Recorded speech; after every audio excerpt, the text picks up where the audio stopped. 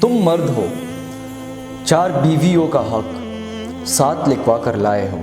تم ایک کو پہلو میں رکھ کر دوسری، تیسری اور چوتھی کا سوچ سکتے ہو، مگر عورت صرف ایک صاحبہ ایک ساتھ لکھوا کر لائی ہے، اور اس کی فطرت کی پاکیزگی کبھی گوارا نہیں کر پاتی کہ وہ ایک کے پہلو میں سچ کر کسی دوسرے کا خیال اپنے قریب بھی بٹکنے دے۔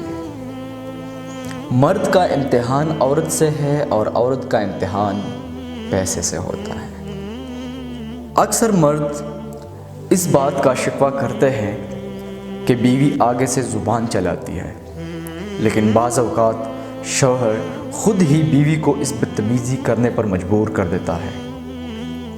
جب وہ اس کے والدین یا گھر والوں کو گالی دیتا ہے، ایک عورت اپنی ذات کے بارے میں سب کچھ سن کر برداشت کر لیتی ہے، لیکن جب اس کے والدین یا گھر والوں کو گالی دی جائے تو آگے سے بولنے پر مجبور ہو جاتی ہے۔ کسی کو گالی دینا ہمارے مذہب میں حرام ہے۔ اگر آج آپ کسی کی بہن بیٹی کو گالی دیں گے تو کل آپ کی بہن بیٹی کو بھی گالیاں سننی پڑے گی، پھر برداشت کر لیے گا۔ جن گھروں میں شوہر ہی بیوی کا دفاع نہیں کرتے، وہاں کوئی بھی اس کی عزت نہیں کرے گا۔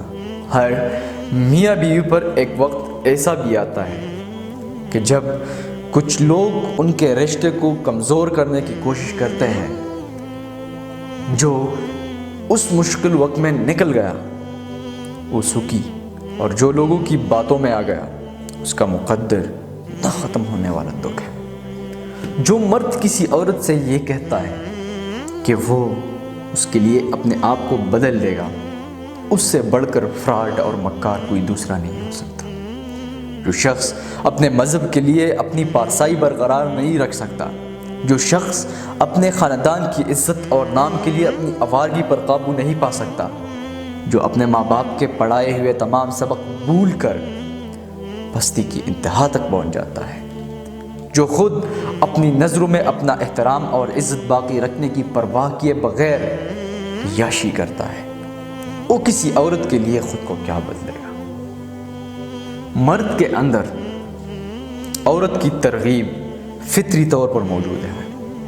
جب یہ ترغیب نیام سے نکل کر تلوار بنتی ہے تو زندگی کی وادی میں ہزاروں عورتیں بے دریغ کچل دی جاتی ہیں۔ اسی لیے چوری چھپے کی آشنائی کا حکم نہیں ہے، یہ صرف عورت کا تحفظ ہے کہ وہ اس ترغیب کے ہاتھوں روندی نہ جائے۔ ایک باکردار بیوی اپنے شوہر کے سر کا تاج ہوتی ہے۔